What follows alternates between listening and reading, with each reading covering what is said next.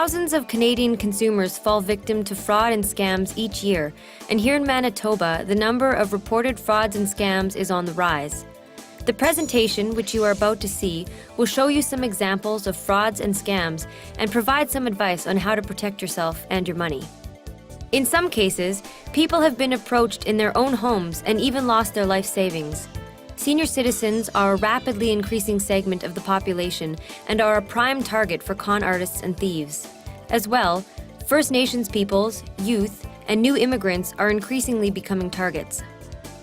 Many legitimate companies, organizations, and charities solicit consumers by email, mail, and by phone, and consider it an effective way to raise money, develop marketing or public opinion polling information, or to increase a company's business. However, you need to always be aware that there are those who are up to no good and will use the information they obtain to try and defraud you out of your money. Some examples of types of frauds and scams that we will explore in the presentation are home improvement scams. Door-to-door and telephone con artists pressure and even intimidate homeowners by telling them that they need urgent home improvements such as driveway paving, roof repair or replacement, gutter cleaning, or siding replacement. They ask for money in advance to buy materials. Then they perform shoddy work, fail to finish, sometimes disappear after the initial payment. Internet scams.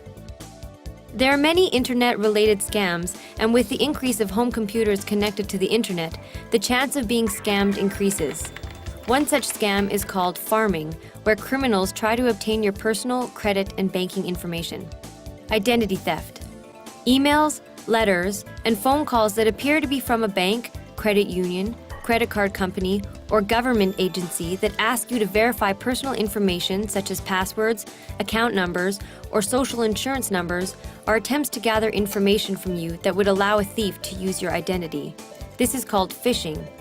Your bank or other reputable organizations would never ask you to verify this information in an email or on the phone. Vehicle scams. People, especially in our northern communities, are sent faxes, emails, or receive phone calls about great deals on vehicles. A deposit is asked for, and in some cases, the vehicle provider is never heard of again. Others arrange deliveries of vehicles, usually at night, and require full payment. In the morning, in proper light, it is discovered the vehicle is less than agreed on and paid for, and the warranty is worthless. Investment scams. People receive unsolicited phone calls offering great investment prospects, which are a once-in-a-lifetime opportunity. The fraudsters use high-pressure tactics to get you to buy into the investment and try and get you to wire money as a down payment or full payment for the investment.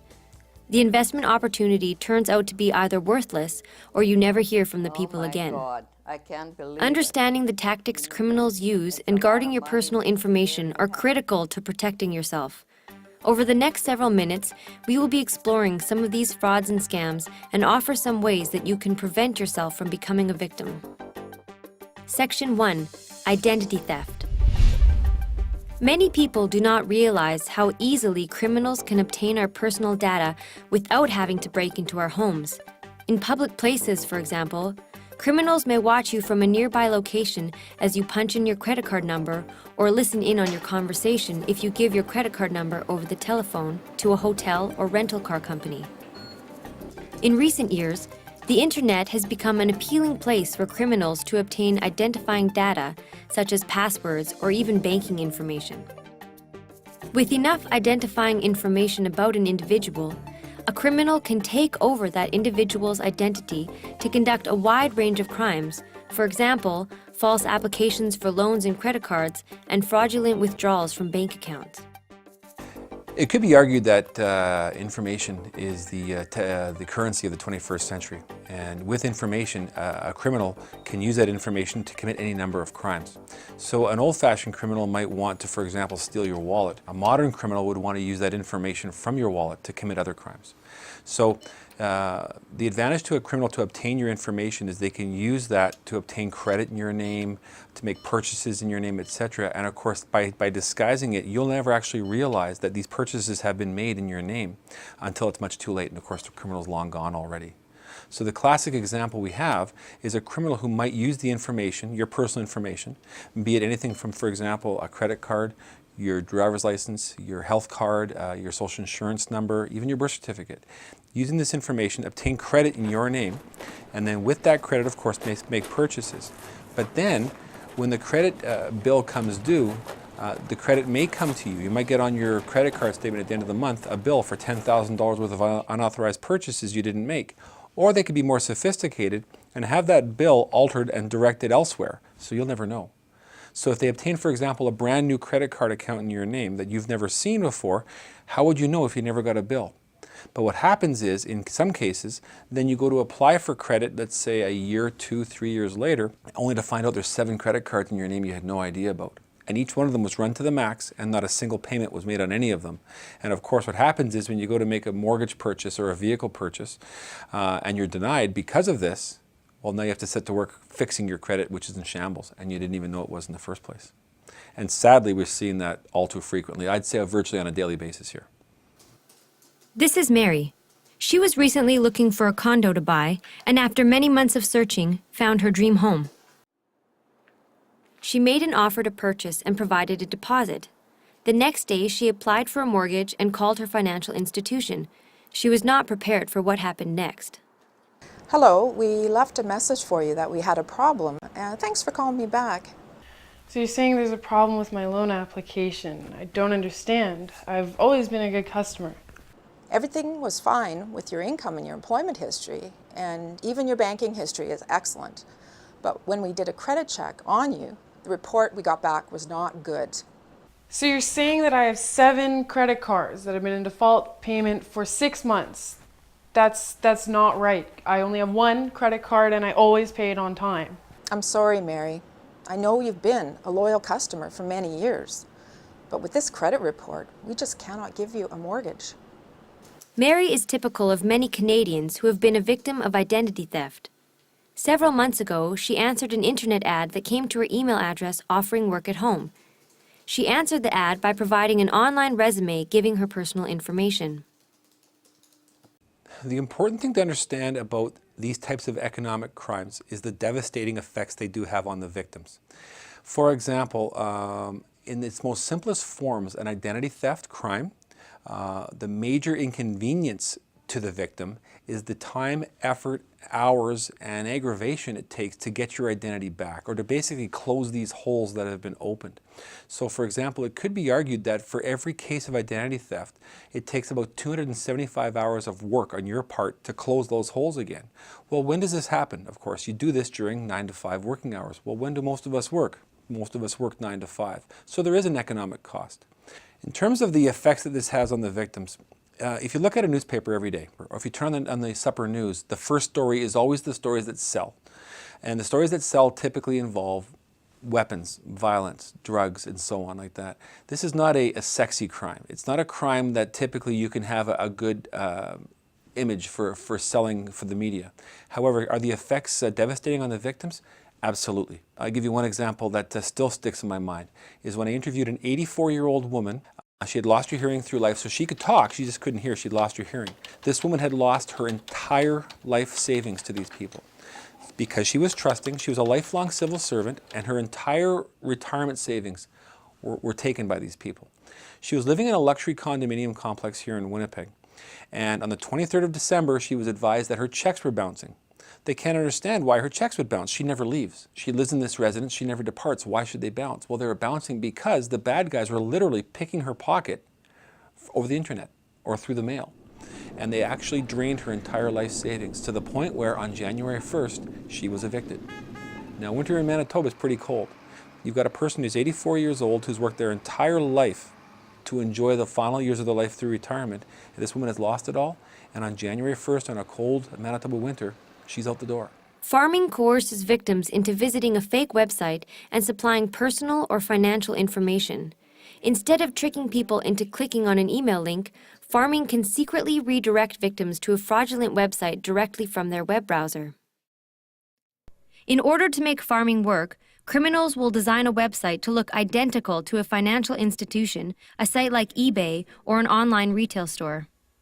If you are making a financial transaction, such as with your financial institution or bank directly, or click on a saved bookmark, it is possible that a pharming attack could cause your web browser to redirect you to a fraudulent website. The scam site is designed to look like your financial institution site or a retail type site, and you could enter account numbers, passwords, credit card information, and pass this along to a criminal. To protect yourself, if you are using sites where you have to give a credit card number or other sensitive information, make sure that the sites are secure.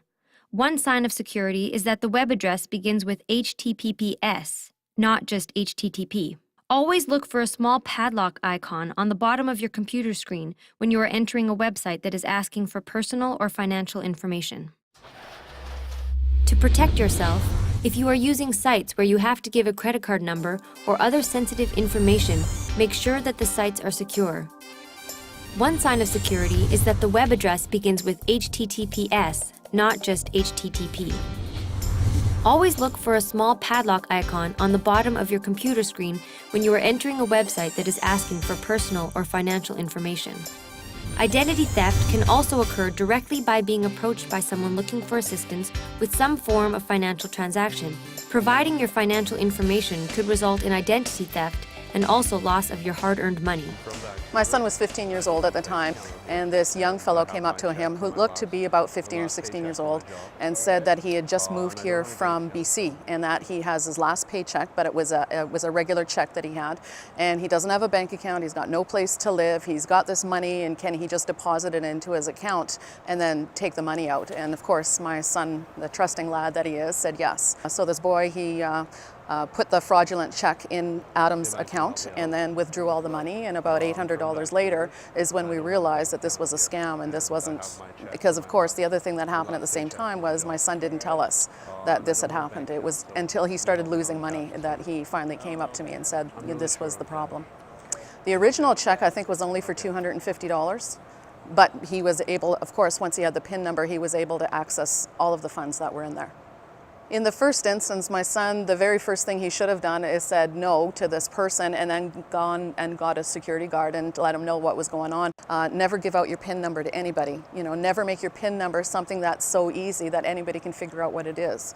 Because in the end, it's the public that's going to lose. They're going to lose all the money from their bank account, and if not more. Section 2. Investment scams. Many of us have received investment newsletters by email or have received those annoying telemarketing calls. Most of these are legitimate from reputable companies, but there are some that are operated by criminals. Investment scams are very prevalent and can be very damaging to our personal finances, to our families, friends, and to our health. In a typical investment scam, the criminal contacts you with a great investment plan.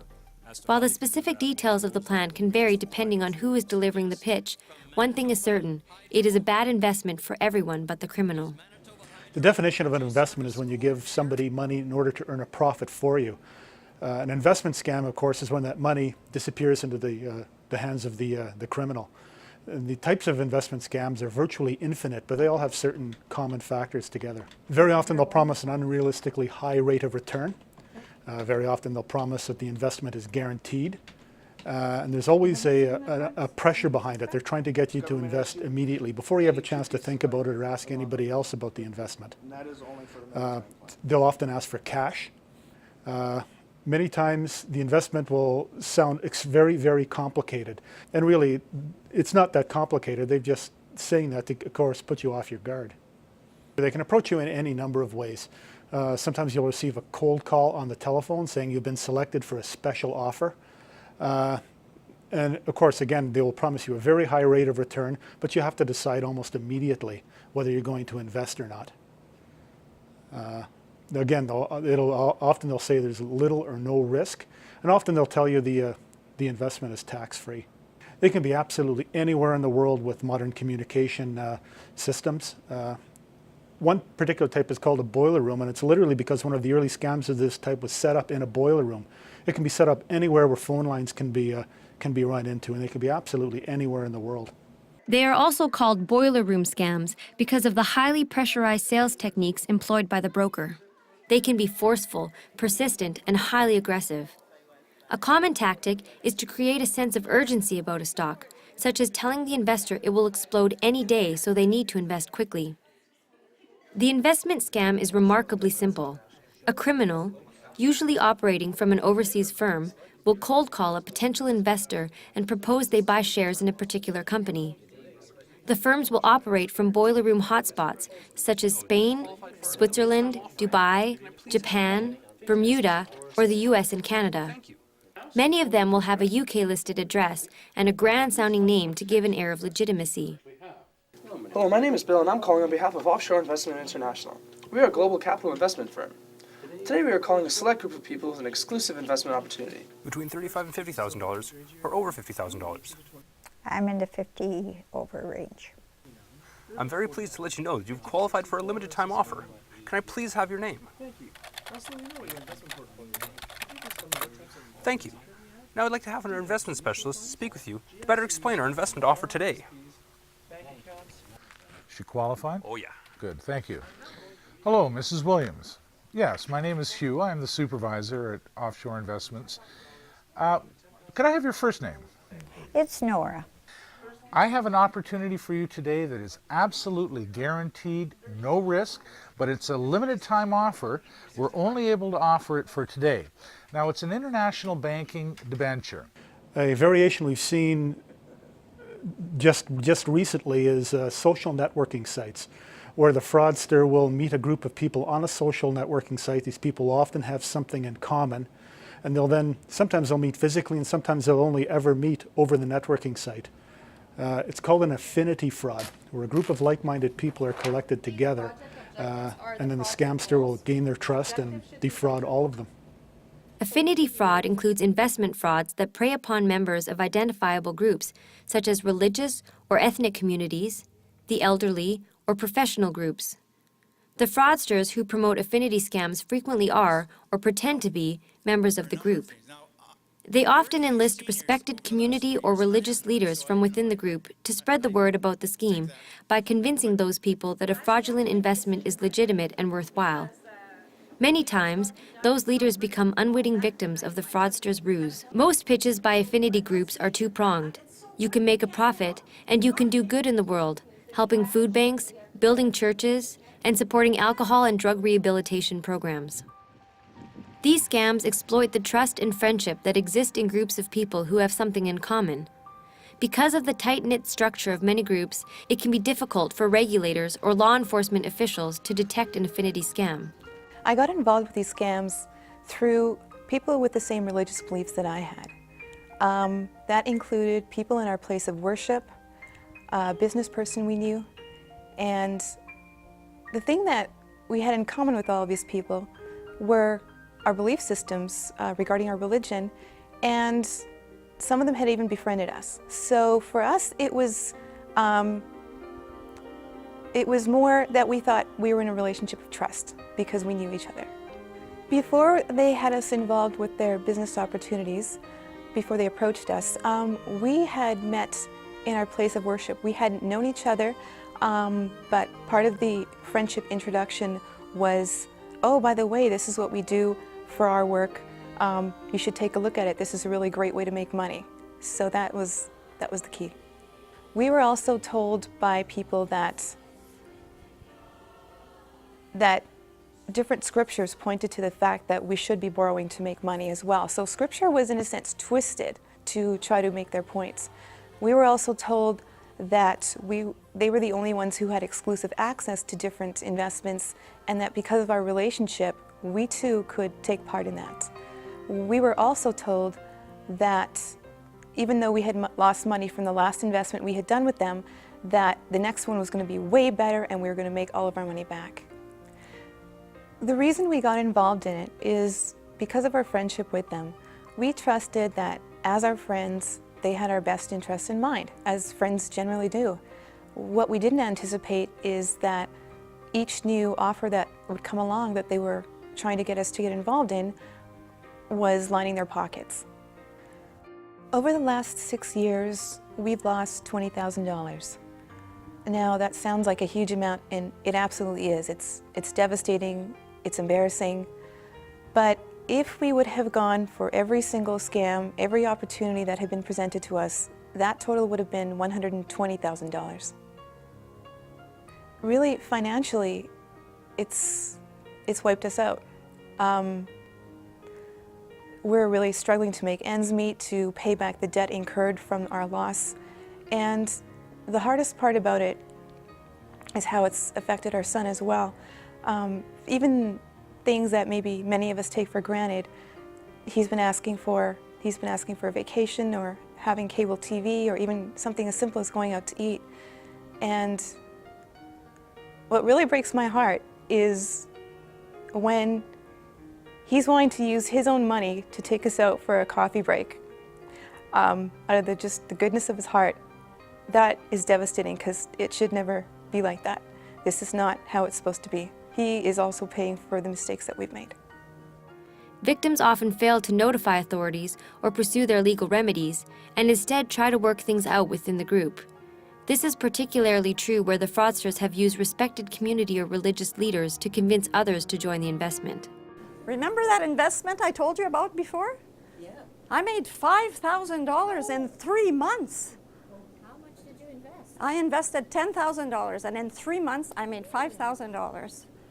Aren't you guys interested? He's a real good guy, and he's doing a good job. And okay, hey, you guys, we have to make a decision. Many Affinity scams involve pyramid schemes, where new investor money is used to make payments to earlier investors to give the false illusion that the investment is successful. This ploy is used to trick new investors to invest in the scheme and to lull existing investors into believing their investments are safe and secure. In reality, the fraudster almost always steals investor money for personal use. Both types of schemes depend on an unending supply of new investors.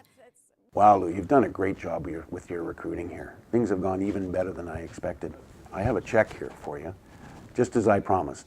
No risk, high return. And there's something in it for your recruiting too, and I hope your friends are really happy with this. 10,000 in, 15,000 out. Thank you very much. Lou, if I could make a suggestion about this check, if you could leave me the 15,000, I'd invest it for you. There's even more money in this for you. When the inevitable occurs and the supply of investors dries up, the whole scheme collapses and investors discover that most or all of their money is gone. When considering any investment, it is always important to remember that a fraudster may not necessarily be a total stranger. Even with someone you know, it is important to be cautious before investing. Ask questions and do your homework. And now they're after my hide, you know. You lied to us and we trusted you. I phoned the office lots of times and they say the phone is disconnected. You can't reach them. Maybe we should go to the police. Whatever we decide, we all have to decide as a group, but we gotta get our money back. Yeah. Okay, guys, well, I got taken too. I don't know. I want to join in with you. We'll call the police. We'll call a lawyer. We'll get through this. But we have to get through it together. I didn't know he was going to do that to me. It was such a good spiel, and I'm sorry. Whenever you are presented with an investment opportunity, always consider the following safeguards. Do your homework. Contact a third party to get a professional opinion. Get written documentation on the product or service. Don't be rushed into making a decision. What is a good investment today will be there for you to consider tomorrow. Contact the proper authorities, such as the Manitoba Securities Commission, to check out registration status, past disciplinary action, or to file a complaint. Section 3. Vehicle Scams. Everyone wants to get a good deal, especially when buying something like a used vehicle.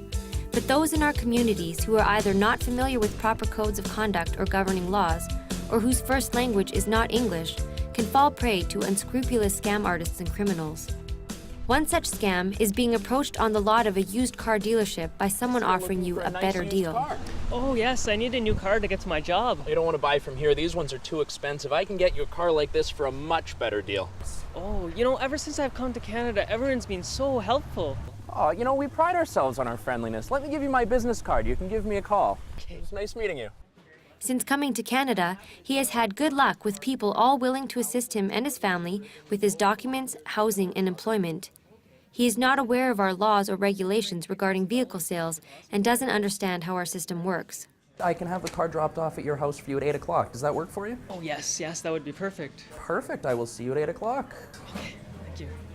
The new Canadian waited for the salesman to arrive, but he never did. When he called the phone number at which he had spoken to the salesman that afternoon, it was no longer in service. He has no car and is out $3,000. Another common vehicle scam is where a salesperson or private citizen will place an ad in a newspaper or send a fax to a northern community offering good quality used cars for sale. Hi, I received your fax at our band office, and I'm interested in the 2003 Grand Caravan that you have listed. I see it is fully loaded and in great shape. You offer a really good discount for cash, but our community is 300 kilometers out of town. How can we do this deal if I pay cash? Okay, this is what we can do, Sterling. What I'll do is I'll leave in the morning, and then by the time I get there, it'll be evening. I'll bring all the documents and the vehicle, of course. I'll deliver it right to you. What we need to do, though, is sign the papers, bring me the cash, I'll drop off the vehicle, and I'll have somebody to bring me back. So that's all worked out. If that sounds good to you, we can do this up. The seller usually demands a large cash deposit or the full price upon delivery of the vehicle. In many cases, the delivered vehicle bears no resemblance to what was agreed upon with respect to the condition, age, or kilometers of the vehicle. What he should have done was confirm the seller's name, street address, and telephone number. He should have demanded a proper government-issued registration document and checked the vehicle out for any liens or loans against it. Oh, you know what? My ride's here. So what we're going to do is I just need you to sign the bottom here. If you can. Here, just come over here and sign away. And you keep these with you, right? It's to your copy. This is for me, obviously. Thank you so much. Pleasure doing business with you. Talk to you soon. Enjoy the vehicle, okay? Thank you. I'm gonna take off. Okay, see you later.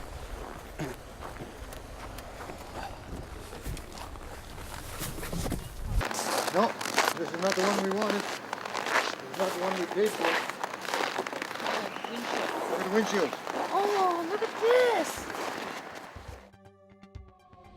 When making a purchase, like a vehicle, protect yourself by reading all the fine print in all written documentation, like a sales agreement or warranty. Don't sign anything that you don't understand. If you suspect that you are being scammed or are a victim of fraud, report suspicious activity to your local police and the Consumers Bureau. Section 4. Door-to-door scams.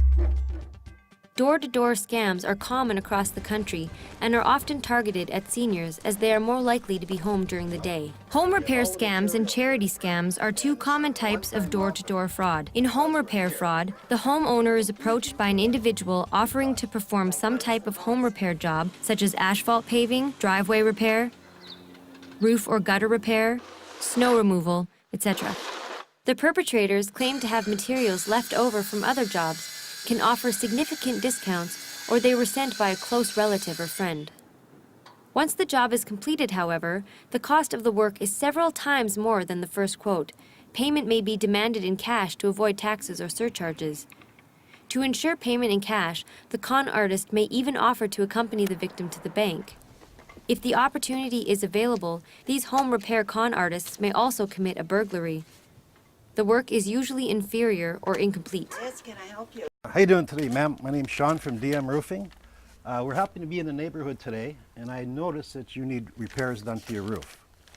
And as of today, my boss is out of town, and I could give you a super deal. How's that sound to you? Well, I don't know. It all depends what kind of a deal you can give me. Well, if you can come up with $500 cash, the total price would be $1,500. But if you can give me $500 today cash, and we can bill you later, we'll start on your roof immediately. My niece had heard that I was looking to have my roof done, and she told me one day that she knew a roofer, and brought him over and introduced him. He seemed very pleasant, and that's how I got on to him. In February, of course, it was still winter. He couldn't go up on the roof. It was too snowy, too icy. And said he'd return in April, and he came right on the day, right at the right time, brought his little boy with him, seemed to be a wonderful dad. The child was obviously very fond of his dad.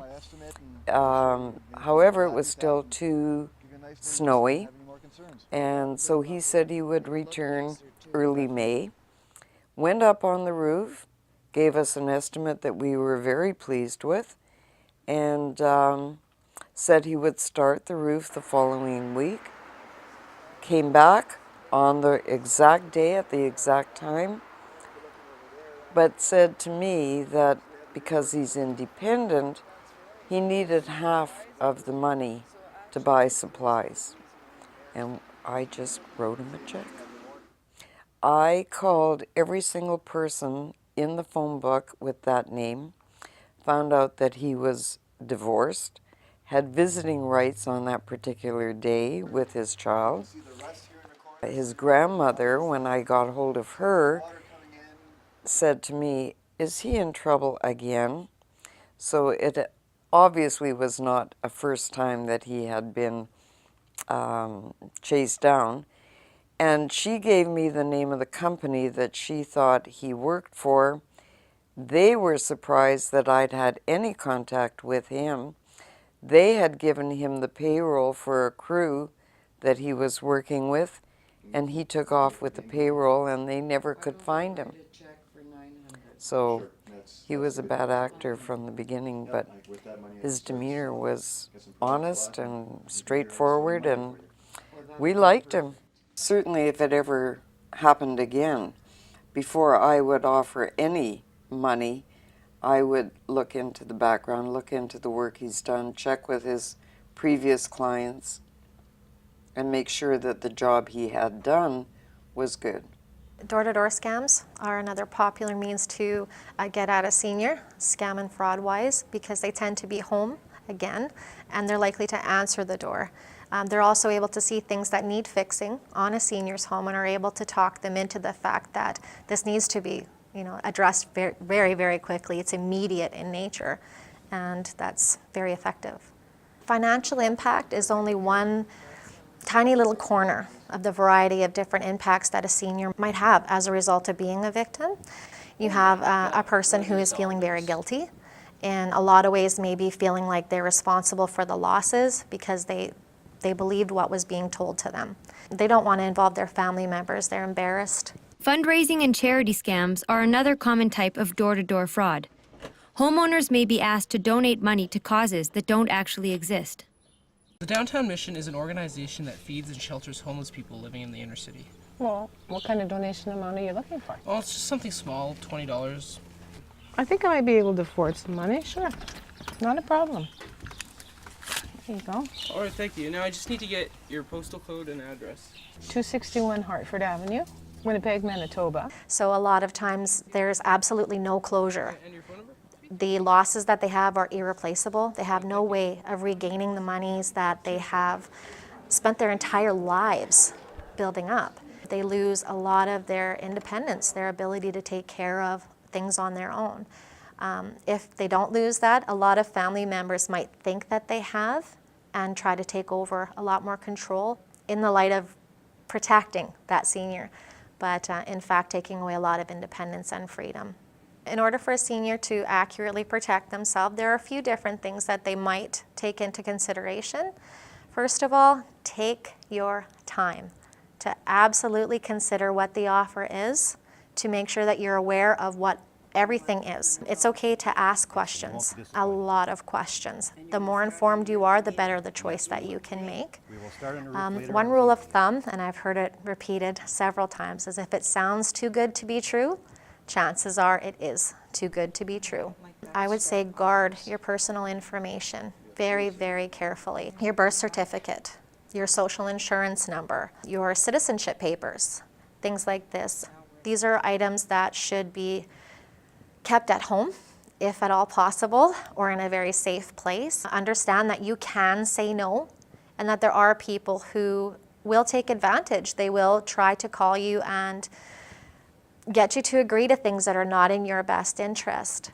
And also, no monetary value is insignificant. It's still worth contacting the police right away Phone Busters, the RCMP. You could reach out to any number of organizations such as Agent Opportunity. They might be aware of certain scams that might be going on. You could contact the Better Business Bureau, for instance, and investigate whether this is a good company, whether the person that you're speaking to perhaps has been brought to their attention for other scams that might be going on. So just doing the best research that you absolutely can, just to make the absolute best decision that you can, so that you have your confidence as well. When you are approached by someone at your home offering to conduct repairs or trying to either sell you something or fundraise money, you should take time to decide. Don't be pressured into making a decision on the spot. A legitimate business or charity will still be there tomorrow or next week. Always ask questions about the company, the type of work or service being offered, or the charity behind the fundraising activity. Always get and check out references about the person or company and the quality of work done before. Never provide a large deposit for work that hasn't been done. If you feel that there is something not quite right, always report suspicious work offers or fundraising activities to your local police and the Consumers Bureau.